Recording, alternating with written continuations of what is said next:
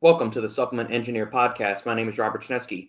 Joining us today, the founder of Trivium Group and MMA athlete, Mr. Mina Elias. Mina, how are you doing, my friend? Thanks for joining us. I'm doing great, man. Thank you for having me. Very, very excited to chat today. Yeah, this is going to be a really fun podcast because your background or your specialty, Trivium's specialty, is in helping businesses scale their companies on Amazon specifically. And this is a niche that we've never really covered here on the podcast. So I'm excited to learn a lot myself because I've dabbled in it barely in the way of helping brands get product pages up on the site. I've never tried to actually scale a business. I don't.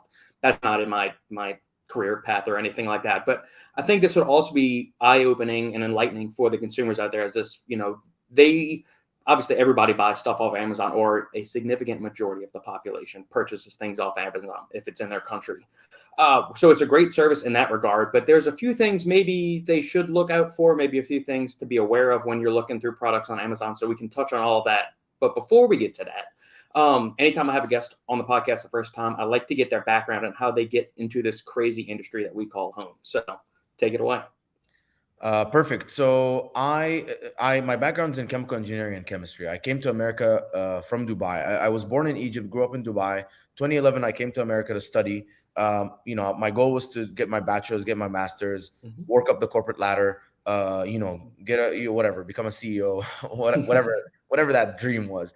So I came to America 2011, got my bachelor's in chemical engineering and chemistry, graduated top of my class, got my master's, and then worked up the corporate ladder. I started off at Medtronic, which is like a medical, like surgical devices, and just went to a bunch of other companies or a couple other companies after that. And I was just going from one to the next, and just feeling like, yes, I'm working up the corporate ladder. Yes, I did graduate top of my class. Yes, I did all these things, but it was not bringing me happiness. I was actually like less happy. It seemed like there's no way I want to continue living my life like this. And I knew that was the case when one day, like, my boss of my last company brought me into her office, and she's like, "Hey, like, you seem like you're incredibly smart and you have a very promising future. Would you like to take over my place and become like the operator of the company in 10 years?" And I'm like, "Yeah, like that would be amazing. All right, that's my goal." And then I was driving home and I'm like, "Dude, my life sucks. Like, imagine if I did this for the rest of my life. Imagine if I showed up to work. I would wake up at 4:30 in the morning, hit the gym. I would be at the gym at 5:15 a.m. Finish my workout at 6:15 a.m. Commute for 45 minutes. Work from 7 to 4. Commute 45 minutes back. Go to MMA and then sleep." And I'm like, "This is not a life. Like, why did I work so hard so I can do this? Like, that's not it." So that's when I was on vacation. So September 2018, I was on vacation with my parents. I was in Egypt, and that's where I'm from. I was visiting them, and then we were sitting down, and I'm going through, like, I'm buying like animal meal, and then I'm buying like this thing and that thing and like 6 different things. And my dad's like, "Why are you like looking so much at supplements? Like, you've been on your phone for 2 hours." I'm like, "Well, I really don't feel like the supplements on the market right now have everything that I need. So I buy something that's close, and then I buy a bunch of raws, and I have to mix them and all this stuff." And he's like, "Why don't you make your own supplements?" And I'm like, that seems very far-fetched. Like, I don't think I can make my own supplements. Like, don't you need like $100,000 to start a supplement brand? He's like, what's the cost of starting one? And that question was like, okay, I have to answer. I can't just pretend that I know the answer. Right. And I went into this deep dive of like, okay, what would I make? And I was I'm doing MMA. I was keto at the time, and I said I would like to create an electrolyte product, because nothing on the market has no sugar and has like decent enough sodium. Now LMNT is out there and stuff like, but before that there was nothing. And I created the first like high sodium, high like potassium, magnesium, like sugar free, no like added sugars or anything, like, or no sugar at all. Yeah. Electrolyte. And so I was like, that's what I would create, because I was thinking about that or a pre-workout, and I'm like, pre-workout seems like it's there's a lot out there. Also, I'm glad that I didn't get into it, because trying to flavor a pre-workout is very tough. Now I know. I'm like, okay, let's see, like, if I bought sodium, potassium, magnesium, and like taurine as like the amino acid that helps the absorption in the body, and I bought them raw bulk on Amazon and mixed them at home, what would the cost be? So I ran the numbers. I'm like, I can make this for the raw ingredients would cost $4, And if I had my roommate and I paid him $15 an hour, and Hmm. you could do 15 bags, and it would cost me $5 cost of goods. And then on Amazon it sells for an average of $20 to $30. I'm like, that seems like a good markup. So that's how I got it. I'm like, you know what? I'm gonna do it. And I called my friend Paul. He owns like PG Sports, which is like a Hmm. clothing brand. And I'm like, how do you like start a company? He's like, oh, just go to LegalZoom.com. It costs like $400. And so I went to LegalZoom, created a company, and bought the raw ingredients. And that was how I started. And I started as a supplement brand. I went knocking door to door, all of this stuff. Hmm. Um, gyms, not door to door, like people's homes, like gyms and supplement stores. And Hmm. everyone turned me down. And then I'm like, dude, I buy everything on Amazon. I might as well get my stuff on Amazon. So I got my stuff on Amazon, and from there, I started like consuming all the content out there about Amazon, and I Hmm. found that advertising and reviews were the two biggest things that like improved my business. So I started like spending more money on ads, and this Hmm. was like it was a complete loss, right? And if you look at the P&L, but I'm glad that I had my full-time job paying for it. Like I was able to like put some money there. It was better than paying money like going out to the bars, right? Oh and yeah. and then I kept asking. I asked like literally everyone that I ever knew, including all of my exes, everything. I'm like, please buy my product and leave me a review, and I'll give you your money back. And so I was able to get reviews, and the business started taking off, and that's when I realized I'm like, ads on Amazon really make a difference. And I Hmm. became fully obsessed. I consumed all the content, I tweaked everything, and as like an engineer scientist, I was changing one thing at a time, making like very detailed notes.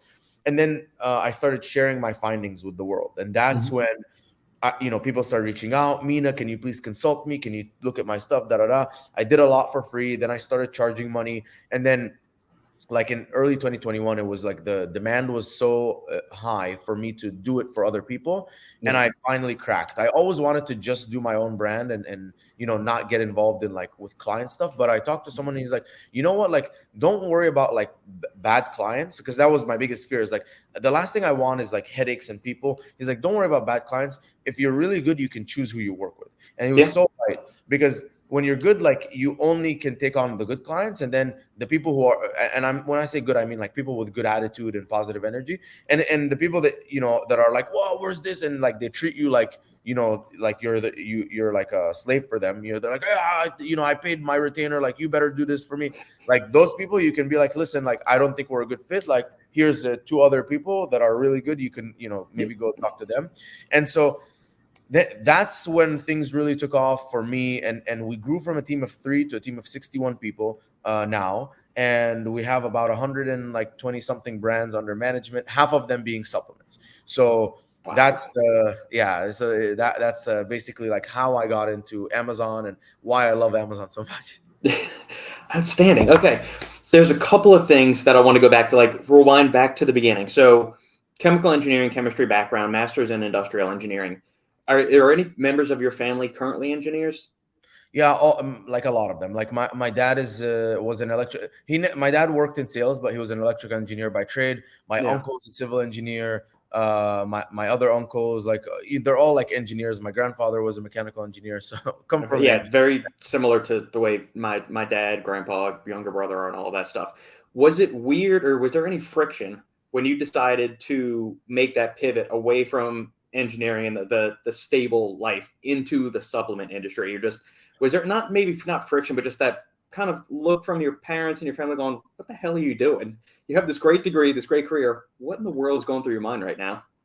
Yeah, it was definite. So it was a mix, right? Because I am so like overachieving in the family. Hmm. So part of them was like, like we're not too worried about this guy. Like he will always land on his feet, like Yeah. being who I am. But the other part, like they always are like, when are you gonna like get an actual job? Like when are you gonna stop like messing around and like just get something stable? Because I like when I started the supplement brand, Hmm. I was still working, and then 6 months in, I was let go, and I was only making like 4,000 a month in profits. So I packed all my stuff and went to Egypt to live off of like $500 a month, so I can reinvest into my business. And while I was there, my plan was to come back and move to Los Angeles. And my grandma was like, like, come on, like, when are you gonna like get an actual job? And Yeah.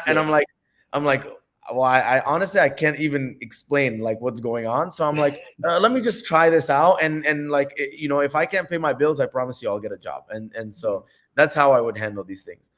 Very interesting. Okay, good to know.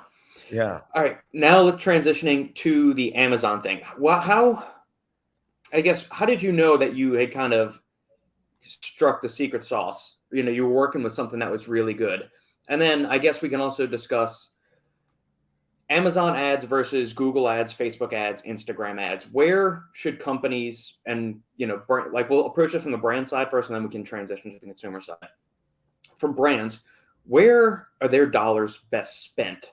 And then, so we'll start with, how do you know the right way to structure an Amazon sales page? And I understand this is part of your business model, so you don't have to give away all the secrets that you have. There's But no secret. I give everything away. Don't worry. okay, so what goes into making a very good selling or an attractive Amazon sales page? Should you be investing ads on other platforms that direct back to Amazon, or just investing those dollars purely into Amazon ads?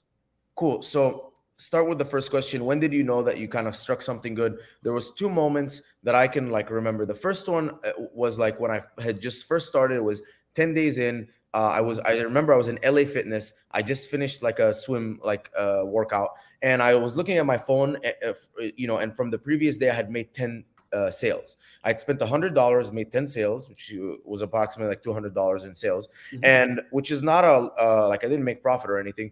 But I looked at the order names, and it was all these random like Robert, John, Brandy, whatever. And I'm like, wow, like this is unbelievable. Random people chose to buy my product. Like it just didn't. It was crazy. So that was the first time that I knew that like because I spent that $100, I was able to actually make money. So and it was like that was the first. And then the second thing was, fast forward to July, when I was in Egypt, no job, fully focusing on my business. I was in a Mhm. bunch of Facebook groups, and from November of 2018 to like July of 2019, I was Mhm. just like taking from those groups, right? I was just asking questions, getting feedback from people who were better than me, Right. and then I'm like, I kind of like experimented with a lot of things. I'm gonna start sharing my findings, and I'm like, guys, I just want to start sharing some of the stuff that I've found through not wasting, but like spending tens of thousands of dollars on ads. And I started like breaking it down, and people went like nuts, and they're like, "Oh my god, like you're a genius." I'm like, I'm not even like saying, I'm just telling you like what I experienced, like that's Yeah. it. And that's when I realized I'm like, this is like a really really big demand. Like I got like maybe that day that I first started posting, I got Yeah. maybe 10 messages in my inbox like saying, "Hey, can I pay you for consulting?" And I'm like, wow, like this is I've never been paid for consulting before. I was just an Yeah. engineer. And so they're like, yeah, can I pay you like $200 an hour for consulting? And I'm like, that's incredible, Yeah, I was gonna say, that was gonna be my question, is how did you go about setting your rates for consulting? Because that is something I struggled with when I first made the transition from oil and gas field to this, and it's still something I struggle with today. Just internally, I'm just wondering, is that right to charge that amount? And then I hear what other people have charged in the past based on what Yeah. other clients are saying, and I thought, yeah, I need to be charging a whole lot more. Yeah. So Yeah. I mean, so what I did is I went and I asked someone who like I knew was also like charging. I'm like, how much is your hourly rate? And they said like 200 an hour. And so I said like 200 an hour. And then now I'm like at 1,000 an hour. And the way that I got there was, if I at 250, I had too many calls. I'm like, okay, let's make it 350. And then it would, become too many calls. And then I'll say, okay, let's do it 500. And that's kind of like how it went, is just like it was basically like, how can I hit like a sweet spot of like not too many calls on my yeah, calendar. And I was just raising my price up. Now I've because I know like if I'm going to charge that much, I'm charging it to like a big company that if they pay me, they're going to make like tens of thousands more. It was always that as well. Like I would never charge you 200 if I didn't know beyond a shadow of a doubt I would make you $1,000. And so I know I can charge 1,000 because I'm gonna make you in that 1 hour. I'll make you at least 10,000. And now I have like I have a couple consultants in my company for the people that can't like spend that much. I'm like, I know that if you spend an hour with them, you're gonna get 5 times your money back. So yeah. that's how I go. Now the second thing is, where do you invest your money? Is it Google? Is it Instagram? Is it Facebook? Is it Amazon? very, very good question. I get this question all the time. If you're on Amazon, the way that I look at it is like you're an investor, and you're investing your money in different things. You can invest your money into like Amazon ads or Instagram ads. You can invest your money into product A, or your pre-workout, or your protein. And the way that I always look at it, because we have so many brands come in and they're like, hey, we have a catalog of like 15 products we want you to advertise for. And I'm like, I'm not going to spend time, money, and energy on 15 products. Like, it doesn't make sense. Let's look at your numbers. It seems like 3 products are driving 90% of your revenue. Why are we going to spend money on those other ones? And so once you start thinking like an investor, you're like, where am I going to put $1 and 1 hour of time and energy, and I'm going to get the most return back? And a lot of times the answer is, if you're already on Amazon, the answer is Amazon, because Amazon's traffic is very warm. So people are coming in. When they type in protein powder, they're not like exploring the market. They're buying a protein powder. They're just actually weighing out their decisions. They're like, oh, this one looks like it's cool. This one looks like it's, has more protein than this other one. And they're going to buy one. If you're on Google shopping, it could be similar. If you're on Google, like regular, they could be looking at like, what's the new protein powder on the market, or what is the best type of protein? Is it, hydrolyzed whey, or is it like whey concentrate? So they could be still exploring. With Facebook and Instagram and TikTok, it's like pattern interrupt. So you're not even in the market for anything, but you're hoping that someone who sees your ad and clicks on it is like, oh, like this is cool. But I've done that many times where I'm like I'm on, whatever, Instagram, and then I get an ad for like this cool looking protein. I'm like, what is this? And I look through the ingredients. I'm like, yeah, but I just bought one, so I'm not really interested. And so from like return on investment standpoint, on Facebook, Instagram, anything outside of Amazon, you still need to establish trust. You need to capture the person like exactly when they want to buy. With Amazon, anyone who clicks on your products or clicks on your ads, they are already interested in buying, and it takes them 1 second to click buy. And also they have trust in Amazon, because anything that happens, hey, this protein looks bad to me, like I think it went bad. Okay, sure, return, done. And so like some sellers might be like, oh, like Amazon is against sellers, but Amazon just optimizes for the absolute best customer experience. And any business operating inside of Amazon, just expect like a 1 or 2% return rate, that factor that into your pricing, and you're solid. But that 1 or 2% return rate, in exchange, you get like so much more trust and like purchases on Amazon, because they know they can buy anything, and if they don't like it, you can return it. And then there's obviously the people that take advantage, right? Like my sister is one of those people that buys and returns things all the time, and I'm like, why you keep buying and returning things on Amazon? Like just only buy what you need. And she's like, no, I buy it, and if I don't like it, I'll return it. And I'm like, you're making people like my life hard. Yeah, I'm sure all the brand owners really appreciate all those returns that happen to. Yeah. My goodness. Okay, so that's the basic parts of investing, choosing where to invest your dollars. Let's now discuss crafting a really high quality product page. I guess, how in depth does it need to be? Is it the more in depth? Let me say. All right, so if we're looking, let's use the protein powder example you just did. So Optimum Nutrition, Muscle Tech, Dymatize, the big three that have, do I really need to make a big protein powder? I mean, do I need to invest a whole lot of time into making a product page? Because my protein has been on the market for decades. People know it. It's a recognized name brand, lots of quality, good stuff. Well, for 2 of those 3, I'm not going to get specifics. 2 of those 3 have pretty good reputations. The third one, there's been some shady. And then maybe you're a young, scrappy upstart looking to scale your business. Is it better for you as that young, scrappy upstart to really invest developing really premium graphics, A+ content, sexy bullet points that are hitting on those SEO buzzwords and all of that stuff? So what have you found from your experience? Yeah. So, I'll hit it from two pieces, right? Because like the scrappy thing, there's also, it plays into the advertising. So let's just focus on you're launching your product. So, Labrada, right? So Hunter, we're launching Hunter's protein. And the biggest question for me was like, guys, like, why would someone buy this protein over everyone else's protein? And that's the number one question. And the reason for Hunters is because they have 100% hydrolyzed whey. Everyone else has like 50, 60, 70%. So those are the things that you have to like immediately. Now let's just go through a customer journey. Number one, I type in protein powder on Amazon. It's almost like a bodybuilding competition. There's protein 1, protein 2, protein 3, protein 4. The main things as a consumer that you're looking at is the image, and what's communicated through the graphic in that image, right? The main image, the price, and the reviews. So those are the main things. Now, if your shipping time, if you're not like fulfilled by Amazon, if you're fulfilled by merchant, you're going to ship it on your own, and you don't have that Prime badge, that's a disqualifier. And so you always have to think, if it's a bodybuilding competition, it's like they're looking like, oh, this guy's calves are too small, disqualify him. This guy's not lean enough, disqualify him. That's what a shopper is doing. Is like, I don't know how many grams of protein are in this disqualified. I know this one's 30. I don't know, like, something about this product, disqualified. This price is too high, disqualified. The reviews are not good, disqualified. And I think if you go and look at your like purchase behavior, or any of us consumers can do this, you're like, why did I buy this like product? And you're like, well, actually, I saw 4 different ones, and I'm like, well, this one doesn't have this. This one was too much. This one was that. This one had the least disqualifiers, and so I chose it. And that's usually like the shopping behavior. So with that being said, you want to create an image, like let's talk about like the different factors. Is number one, the image.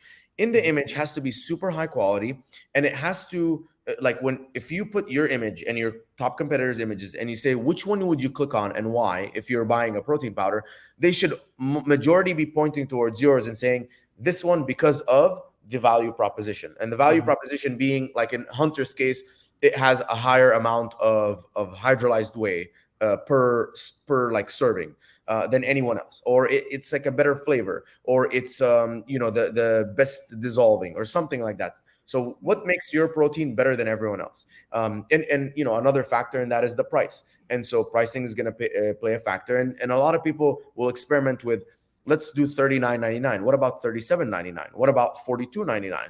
And you look at your click-through rates and your conversion rates, and do you see like, maybe you're making more in profit per unit, but a lot less people are clicking on you, or maybe you're making less and a lot more people are clicking on you. And so crafting a good page starts with main image, price, reviews. You can have coupons and discounts. I'm not a huge fan of coupons and discounts. And make sure that you have the Prime badge. So you're sending your stock to Amazon and they're shipping it from their warehouses. A lot of people will say like, it's more expensive on Amazon. 100%, it's not. Like we've seen so many businesses. If you use Amazon's fulfillment services, it's always going to beat anyone else. Like, it's just, they're because of their sheer volume, they're super discounted, and they hold your product everywhere in the country. So like, I have 3,000 units in Amazon right now, and there's like 15 units in like every city in the country. You know what I mean? And that's why they can get it to you so quick. Do they have an MOQ that you, like, as a brand, that you say you have to send them a minimum of 3,000 units to get your foot in the door with them, or something like that? They actually have the opposite. You can send them a maximum of 1,000 units when you're starting off, because people used to send like 4,000 units and they would take up space in the warehouse, but they wouldn't sell. And Amazon makes their money when you sell a product, not when they hold it and charge you storage fees. Right. So they're like, listen, you're allowing you to send 1,000 units only when you launch. And based on your sell-through, we'll give you like 60 days of inventory storage availability. So there's the first piece is when the person types in protein powder and they see the products, they then click on and go to your page. Now, what makes a really good page? The things you should highlight: your image. Assume that everyone who's buying your product is just going to scroll through the image and look through the images. So with that being said, how many times have we seen a protein powder where it's the front of the bottle, the side of the bottle, the back of the bottle? I'm like, this tells me there's no reason for me. I'm not buying it at like GNC, right? Where I'm holding it and looking at it. No, this is Amazon. I want like, okay, main image. And then the second one is, here's like an infographic of like maybe the protein powder like cut in the middle, and you can see like the different layers of like, this is this and this is that, and it says faster digestion, blah, blah, blah, all these like different things that make me want to buy your product. And so if I scroll through the images, it's like, I'm convinced a little bit more, I'm convinced a little bit more, I'm sold. So images have to be like that, very lifestyle infographic text, like big text heavy. Don't put a paragraph of why this new parasynthin whatever ingredient is like better for you based on clinical studies. Like, and it's like, duh, I'm not gonna read this. Like, this is a whole paragraph. Just tell me, like, 65% more potent than regular caffeine. Okay, cool, I got it. Like, Yeah. thank you. And then a video is always good. Having a video, like a commercial style video on your listing, doesn't have to be expensive. There's a lot of like creators out there that can, just using their phone at home, make a very nice commercial for you, Yeah. for cheap. Then besides that, title and bullet points really matter for SEO. Like, title being the number one, bullets being number two. So just make sure that you explain the product in a nice way and have all the keywords, because it's a big like catalog system. Right. So they're like, tell us what keywords are for your product, and we'll put you in the right pages. Then from there, you have more creative, which is the A+ content, and that is something that I suggest, that everything that you couldn't sell in the images, that's where you sell more. Okay. There's also a module called brand story, and it's where you can showcase like who your brand is. So you can, for like, let's say like Hunter, for example, he's a bodybuilder and his dad is like, and all this stuff, and he can showcase that. For there's a lot of like family owned, or this, Bear BPN, what is Bear Performance Nutrition, right? Yeah, Nick Bear. Yeah.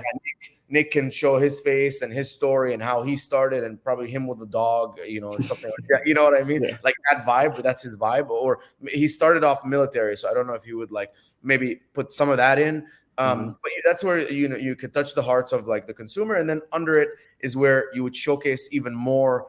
Maybe more social proof, maybe a little bit more of that stuff that you couldn't showcase in the images.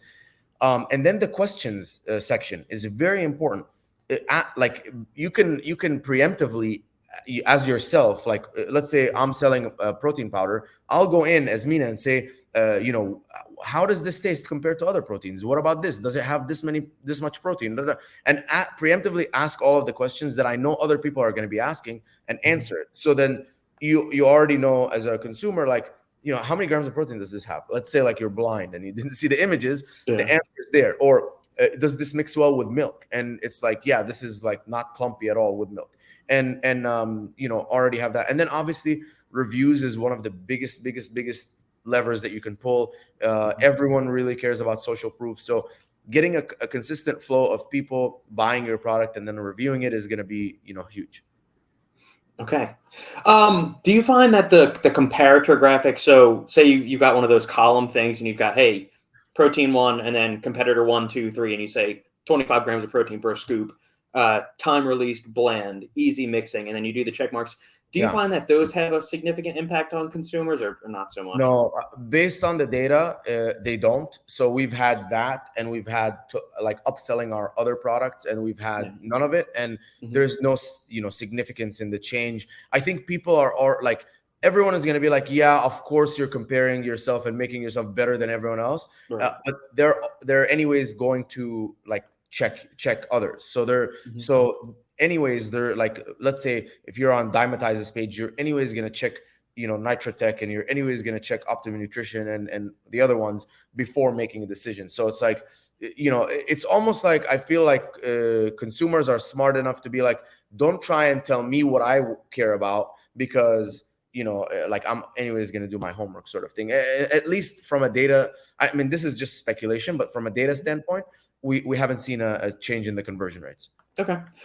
What are some things people need to look out for? I guess brands, what are some faux pas that brands should avoid probably when crafting a page to scale it on Amazon?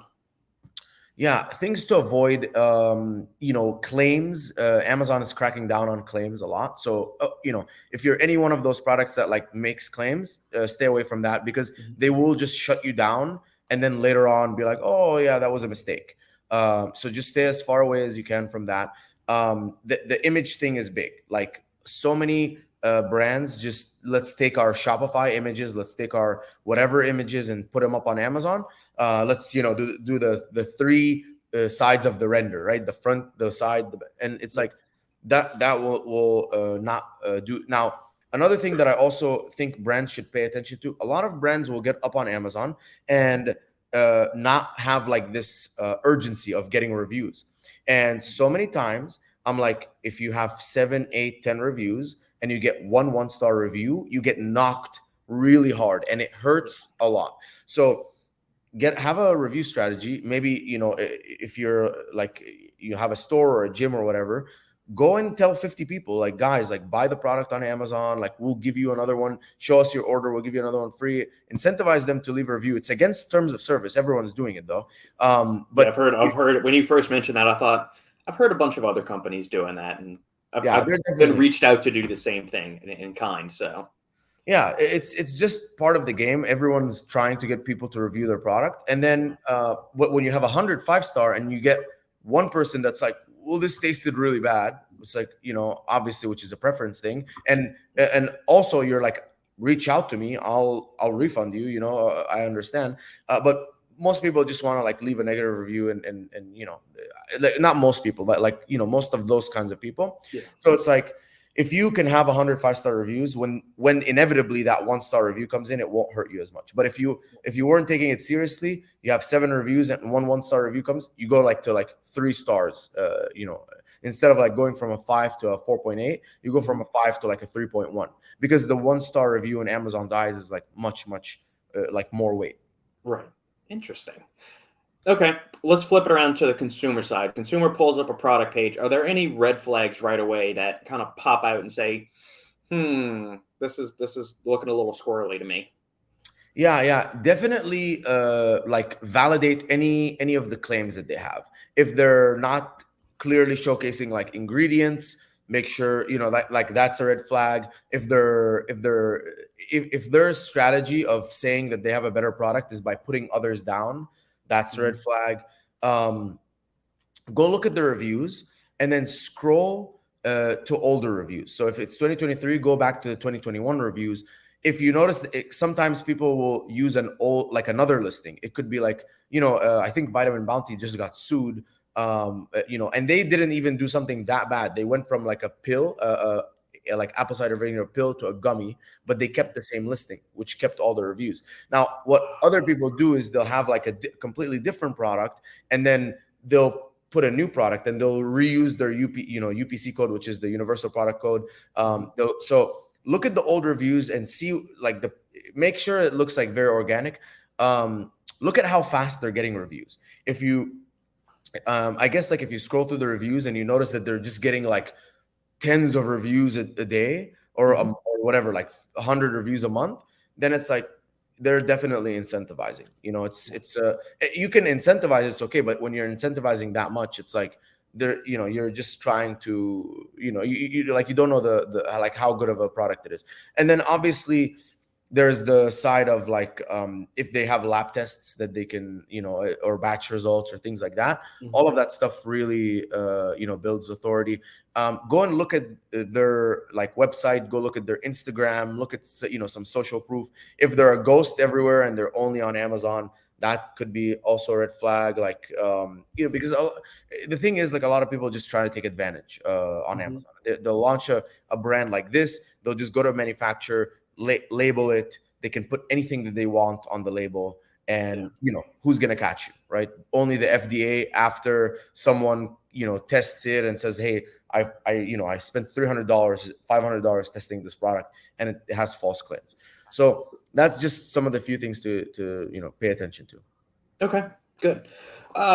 With building a brand and scaling a brand, based on your experience with the clients that you've worked with, is it beneficial? And you alluded to this just a second ago, with having other avenues of contact, so having a website, having social media points of contact. When it comes to the initial offering of your product, do you think it's wise to only allow and sell your stuff through Amazon? You can have your brand website, so call it, MMA Nutrition Supplements.com, and you've got your MMA nutrition stuff, you've got your website. And I've seen it before where brands have a website, but every time you go to purchase a product, it directly links it back to Amazon. Do you think that's a good strategy? Obviously, you're going to be losing a little bit of your margin by selling through Amazon, but you've got wider reach. It's less advertising you probably have to do because you don't have to pitch it on Instagram as much. But there is that bigger profit margin, which may be more appealing to people if they're not looking at the longer game or just growing, going wider with their audience. Okay, so a lot of people that do you click on it and it takes you to Amazon is because they just rather fulfill on Amazon. They're also going to have much better conversion rates on Amazon.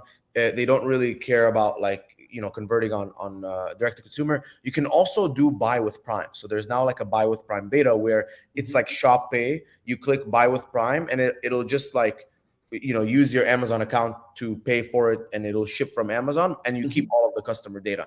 Now the misconception is that you think that Amazon is more expensive. It's not. Like if you look at my numbers on direct to consumer, my fulfillment cost is like $5.90, and on Amazon my fulfillment cost and my 15% is $5.80. So it's almost the same. Amazon's shipping fee is like half, and so like when all is said and done, your shipping fee on Shopify or any direct to consumer, your shipping fee is a lot higher. On Amazon, it's lower, but then they add their 15% commission, so it becomes essentially the same. Now the pros of Amazon, you don't have to deal with anything. You just ship you send 1,000 units once to Amazon, they deal with everything instead of you having to send it to a third party logistics and deal with all of that stuff. But then if you look at your cost per acquisition on Shopify versus on Amazon, it's always going to be more expensive on Shopify because you have to, or on like direct to consumer, because you have to build the trust and all this stuff. So it was going to cost you more in ads. You might have to have like ads and then retargeting and all of that stuff for one conversion, versus on Amazon, like they don't care. Like they trust Amazon, they're going to convert. So that also plays part of the equation. If the fulfillment is going to be the exact same cost and your cost on Shopify is going to be higher, that's now where Shopify or direct to consumer will win, is that you get the emails of these people. And if you have a really good product, you can start email marketing and SMS marketing and saying, hey, you're about to run out. Like, do you want to buy again? I'll give you 10% code, things like that. And that's where your lifetime value on Shopify can, instead of being like $30, can be $100. But on Amazon, you don't even know the lifetime value, and you can't do any email marketing or anything like that. So the next time that they want to buy a protein powder, they're like, yeah, this time I bought Dymatize, this next time I'll buy Optimum Nutrition. Versus if you buy on the Dymatize site, they're just gonna kind of hit you with like, oh, we have this new cookies and cream flavor, oh, our bestseller salted caramel is back in stock, and you're like, oh, I want to try that. So that's where you might win with direct to consumers. The email marketing will increase the lifetime value. And on Amazon, you're going to win because you're going to have a much lower cost per acquisition. Both are good strategies. We've seen recently a lot of brands, like we had a VC funded brand recently say we cut all spend on everything and put it all into Amazon, like with us, because they just saw so much higher returns. And we're like, okay, cool, great. And then I think Neurogum, the caffeinated gum. So when we started with them, they were like 65% D2C, and that now they're like 65% Amazon. Because just Amazon, it's like a flywheel. Like the better your product is, the more reviews you have, it shows up in more places and more people buy it. So at the end of the day, as a business owner, I would just say, where are you going to put $1 and it's going to go longer? If you have an exit strategy, like if you're exiting to an Amazon aggregator, they don't care like if you have D2C presence or Shopify and Amazon. They just care about what your bottom line is on Amazon, and then they know that they can take that over and continue it. If you're exiting to like a strategic partner or something, then they're like, yeah, we want to see diversified, like D2C, Amazon, retail. They want to know that you have a big customer base and a customer list.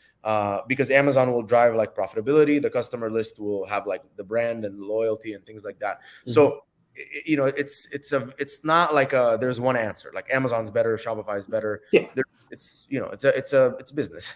No, that's very good. I'm glad you gave the nuance for that. I was hoping you wouldn't just say that. I mean, because a lot of times when people are asking about if people are asking about supplements, they say is it good or bad. I thought, what's the application? What's your lifestyle like? I mean, there's nuance to everything. Everything is not black and white. So I'm glad you gave that insight to that question. Yeah. Is there anything? Well, one other thing I want to get for clarification. So if as a brand on Amazon and you sell a product through them, they buy your protein powder, pre-workout, liver health supplement, whatever.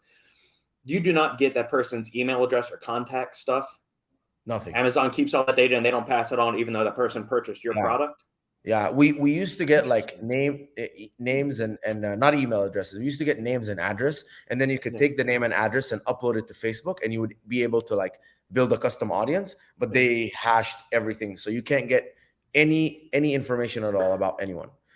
They are rolling out their email marketing tool, Yeah. right, where you can use Amazon to like do email marketing, but so far like there's zero return, like so Yeah. like is less than 1% open rates, like things like that. So as of right now, it's not there. But yeah, like Amazon completely protects you, like protects the shopper from Consumers. the consumer from the seller, because obviously they don't want anyone to be like, hey, like come off of Amazon and come buy it on our site. Like that's what they're trying to avoid. Yeah, and with the amount of products people buy off Amazon, probably saves them from getting 4 billion emails of spam saying, "Hi, we've got a sale on our site," and all this other stuff. So, Exactly. I at first I thought that's kind of strange if I'm selling my product, but now looking at it from that other point of view, it makes a lot Yeah, more sense. I'm glad they do everything that. that Amazon does makes 100% sense for the customer experience. Like Mhm. everything, like they just make it better and better and better. And I also want to touch on, like, for the customers that think like the Amazon is the bad guy. Amazon is just a marketplace. It's literally like Whole Foods. It's like anywhere where people like us, like the brand owners, we put our product up there and they just facilitate. Like they have the facility, they bring the shoppers, and you showcase your products, and that's it. And so like I know a lot of people are like, oh, buy on D2C or buy on Shopify to support the person more, but like it doesn't really matter. Like it's you're not supporting one person more or less. The only thing is, if you buy on direct to consumer, you're just opening yourself up to being email marketed to and stuff more. So it depends. Like if the brand is like offering a lot of value, like I know Legion supplements, They sell a they ton. My yeah, goodness, Mike Matthews and those guys, man, they're crushing. yeah. So they send a lot of like good value. Like, here's a workout tip. Here's this. Like, why your knees hurt when you're squatting. Like all of these things. So maybe that's like, you're like, okay, I'm cool with that. But then there's the others that are just like discount this Black Friday deal, blah blah blah, and you're like, unsubscribe. So that's the only difference. Okay. Do you think with I don't know if you listen to or read Stack 3D at all for some of the new product releases off of that website, but it seems like every other week there is some new brand, some new energy drink entering the marketplace. Do you think we're approaching critical mass to where it doesn't make sense to start a new brand on Amazon? Like, are we almost hitting that bubble to where it's just you are better invested in going to the D2C route or doing something like that from what you're experiencing, what your metrics are? I think you can no longer like do it for the money. Like you really have to do it because you're creating a solution to a problem that's better than everyone else's solution. So the same way that I looked at the market, and as a person on keto, I didn't find an electrolyte that had high enough sodium and no sugar. Um, you know, like that's creating a solution to a problem that's better than what's out there. Mm-hmm. Every day I hear of people innovating and creating new solutions. We're working with skinny pasta, and it's like, one of those like high protein pastas. Mm-hmm. Yeah, so that, like, obviously now there's like a bunch of them. So there's always like these like types of solutions coming out there, which is like cool. Like, you hate the traditional, like I just bought this ramen, and it's like high protein ramen, like good carbs, like like lower glycemic index carbs, no MSG or any of that stuff. I'm like, cool. Like, everyone loves ramen. Mm-hmm. Everyone hates the all like the negative stuff that comes with the ramen. They created something new and cool. So there's always room for that. Same with Hunter's, hydrolyzed whey. Only one on the market that's 100% hydrolyzed. So it's like, if you're doing that, there's more than enough room for you, because think about it. Like, we had cell phones, and in 2000 and what, like 5 4 3, right? We Yeah, I got one. My old Nokia cell phone was '03, and I got it my senior year of high school, right at the same. very end. So yeah. I got it from my dad. I got my dad's cell phone when in 2008. Yeah. I got my first cell phone ever in 2008. So like, and I mean, there's a lot of cell phones back then. There's a lot now. but because they kept coming up with new solutions, like you could if you were Apple, you would have successfully launched a brand new cell phone brand. So there is room for supplements. 100%, there's a lot of room. Mud water is a great example. Like they just Mm-hmm. launched a coffee alternative. My friend Rob, he the Genius brand. He found the Yeah, Genius. Robert Oliver. Yeah, I know Rob. Yeah. It's been a while since I've talked to him, but he was one of the companies that I initially did some product pages for. We're talking like 7 years ago. Yeah, I'm going to hang out with him tomorrow in Oh, Puerto Rico. sweet. Yeah, Is yeah. he still involved with Genius, or No, is he? I know he started to no, step back a little while ago. yeah, he exited, but he launched a new one called Top Shelf Grind, and it's a coffee. So it's a functional coffee. So there's so much coffee out there, but now he has like a test boosting coffee, a fat burning coffee, Cool. like a nootropic coffee. So Mhm. like if you're innovating like that, there's more than enough room for you on the market. You obviously don't want to be too crazy innovative where no one's looking for you because they don't know it exists. And but you don't want to be like, yeah, I also have a protein powder. What's different about yours? Nothing. Or like I had a friend and they launched a BCA. I'm like, why is your BCA better? He's like, we have 8 grams of BCAs, not 7. And I'm like, okay, like literally someone tomorrow can do 8 grams of BCA and There's like, nothing novel about that. yeah. So like, as long as you're innovating, there's more than enough room. If you're not, yeah, there's no room for you. And especially since everyone's getting so sophisticated and the barrier to entry is going down. Like all of the contract manufacturers, like know now, like, okay, anyone can start a brand. They're willing to help you. They've done it a million times. There used to be a much higher barrier. And Mhm. now it's like, they already know, like after COVID, everyone wants to be an entrepreneur. If you have enough money, like minimum order quantity is like 1,000 units, they'll do a run for you and go for it. So it's so much easier now to enter the market. So you just have to enter with a better product. Okay. Is there anything you would change about the current Amazon marketplace, or what some of their restrictions maybe are for brands getting started and the content they allow or the products they offer? So Amazon now mandates ISO certification, like for any supplement brand, and if you're gonna get listed on Amazon, you have to submit this ISO certification. But they're not enforcing it well enough. So they should enforce it. Like I think that they should enforce it. They should make you submit an ISO certification from one of their labs that they verify Mhm. based on your ingredient list. And I think that they should spot check too.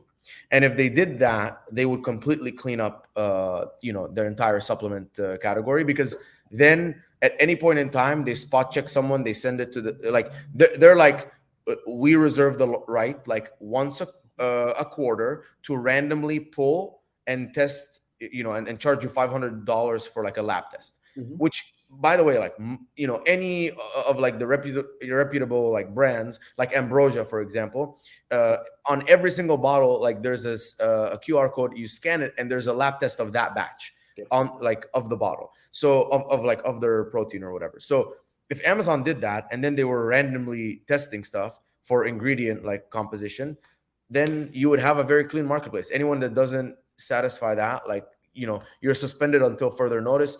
We have to do a much bigger test and like take different samples and blah blah blah, and Mhm. that would scare everyone away. Okay. But yeah, it would clear out some of the riffraff.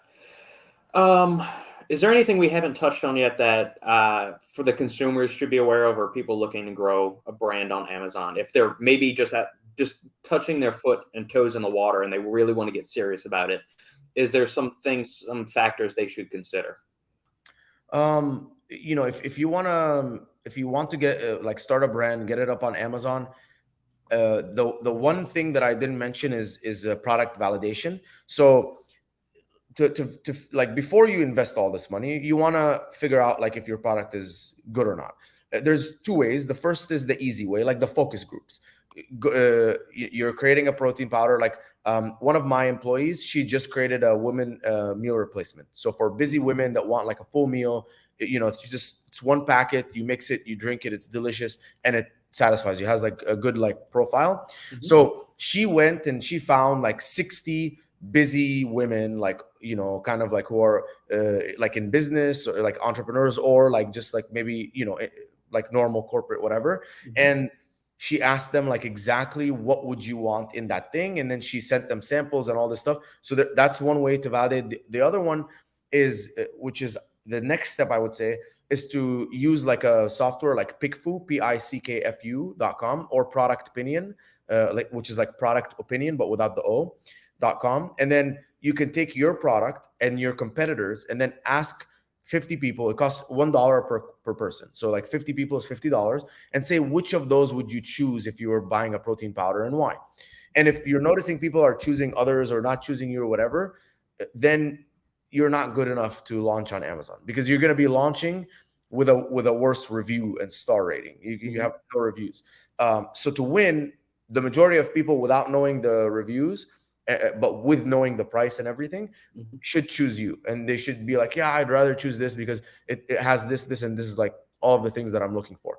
So a lot of people are like, yeah, I'm gonna get my product on Amazon, and then they get up on Amazon, and they like flop, and then they're like, Amazon sucks, it doesn't work. And I don't want that to happen to people. So validate your product well before you ever do Amazon, because when you go on Amazon, you have to go all in, like right off the bat. You could obviously test the waters and then relaunch with like a new variation. It could be the exact same product, like a slight difference, and go all in then once you validate the market a little bit. But instead of like putting money and energy into something that you're not 100% sure of, do like the consumer like testing first. Okay. Do you think these tactics and the strategies that you've developed would apply to other industries outside of sports nutrition products? I mean, could you use it for apparel, for somebody that is a novelist looking to sell a book? Could you employ similar strategies, or is that a whole different set of marketing strategies and tactics you have to employ? I think everything I talked about will apply not to anything that like requires taste, like fashion, books, whatever. Like that's pretty like it's based on personal taste. I don't know if that will apply there. Haven't had success with that kind of stuff, but it will apply to anything that you're looking for a solution to a problem. So you want to buy something to make ice cubes. So you're looking for like an ice cube maker. You're looking for like a water bottle dispenser. Those things, like it's clear that you can create something that's better than everyone else, and you can tell that it's better than everyone else because you can go look at all the pros of everyone incorporated, look at all the negative reviews, remove it, and showcase that you don't have the negatives, and that's it, right? Versus like a shirt, a hoodie, apparel. I mean, like what's good and what's not good, right? Yeah, it's going to be more subjective than something that is more objective, like the water filter works or it doesn't. Yeah, it has 12-hour battery life versus 7. It's like easy and simple. So yeah, go for like this will apply for objective stuff, but I'm not sure if it will apply for subjective stuff. Okay, awesome. And wrapping things up, Mina, let's get a little look into your daily, weekly training and supplementation regimen. Wow. Okay. So my daily, let's say my training routine. So I have Monday, Tuesday. So I lift 5 times a week: Monday, Tuesday, and then Thursday, Friday, Saturday. Monday, Tuesday, like back and by, chest and try, and then I do shoulders, like day off, shoulders, legs, and then shoulders and arms again. And then I do MMA 4 times a week. So Monday, Wednesday, Friday is wrestling and jiu-jitsu. Tuesday is striking. So that's all of my workouts. Diet is like pretty simple, like eggs and cottage cheese in the morning, and then chicken and vegetables for lunch. I try and have no carbs at all during the day, and then for dinner I'll do chicken and rice post workout, and like some vegetables, and then I'll do like egg whites and casein protein. So that's like generally my diet. Supplements, I have a lot, so I have a list. I'm just gonna open up real quick because yeah, there's a whole cabinet in your house full of stuff, probably like mine is. My pantry doesn't have food; it's just supplements. Like I literally I have like the big thing, and it's like morning and night. Yeah. So I do zinc, vitamin D, vitamin K2, vitamin C, 5-methylfolate, copper, boron, curcumin, astragalus, selenium, berberine, chromium, P5P, tongarali, creatine, glutamine, and electrolytes. Awesome. Only. Excellent. Yeah. And pre-workout. But pre-workout is like a delicacy for me. I do early bird cocktail for my pre-workout. Okay. Are you caffeine sensitive? Do you use a lot of caffeine during the day? Pretty much like lots of Yeah. coffee, lots of energy drinks, or not lots, but just you're generally that's part of the daily consumption. Yeah, I do. I do around 300 milligrams a day of caffeine. Okay. It'll be like 150 in the morning, and then either in the afternoon or in the evening, like before my second workout, 150. I have no sensitivity at all to caffeine, so like I can have more. I can do up to 600, 700 without any issues. Mhm. So yeah, I mean, I just love like pre-workout, like the Yeah. tingly feeling, like that stuff is just like that's heaven for me. Yeah. Do you Yeah. find the higher caffeinated stuff, or I guess when you're going for your MMA and your striking classes, do you load up with a bunch of pre-workout, or is that more for your AM training, your resistance training sessions, and you're not doing so much caffeine for the more intense cardiovascular stuff in the afternoons? No, I'll do it for both. But Mhm. what I found makes a huge difference in my performance when it's high intensity. Even at the gym, I feel it, but I feel it Mhm. like even more for MMA is I use Vitargo. So I'll use Mhm. like Vitargo, and Vitargo. It's like Yep. the most broken down form of like carbohydrates. Yep. That plus like some essential amino acids, and I'll have like that maybe like 30 minutes before MMA, and Mhm. then I'll go in and it's like the performance difference is like insane. Like I will not gas, I will not get tired, and especially when I because I drink a lot of like electrolytes, Mhm.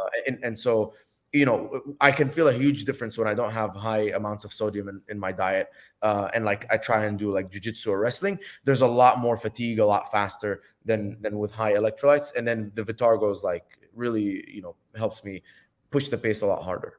Mhm. When you were keto, did you find that you were struggling from like that upper end gear? Because that's what you usually hear with keto athletes, and for really high intensity, high output things.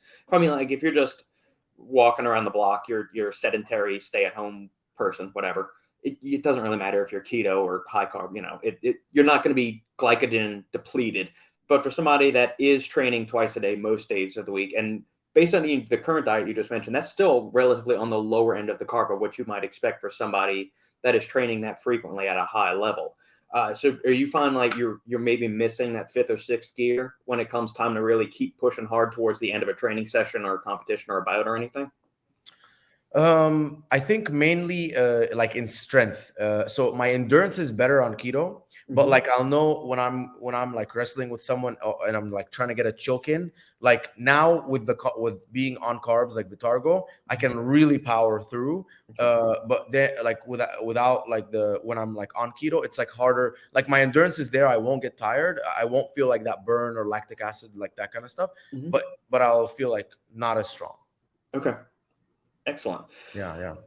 All right, Mina. I think that is a good stopping point for this. We can get you back on and delve deeper into all the things Amazon once we get some feedback on this initial episode from the listeners to see what other avenues we can go to. I love Where it. can anybody reach you if it's brand consumers or otherwise to hit up you and Trivium for services? Yeah, so like my Instagram is at the Mina Elias, Minaelias. My and then the website is triviumco.com, triviumco.com. And then it's Mina at triviumco.com is my email. So email me if you have any questions. You can find me on LinkedIn, Mina Elias, to ask any questions there as well. But I'm pretty accessible. Just email me, message me. Stay away from Facebook because like that's like thousands of friend requests all the time, but Instagram and LinkedIn and my email are pretty easy. Okay. Excellent, Mina. Thank you so much for joining us. Links to everything will be in the show notes, and have a great day. Awesome, take it easy, guys.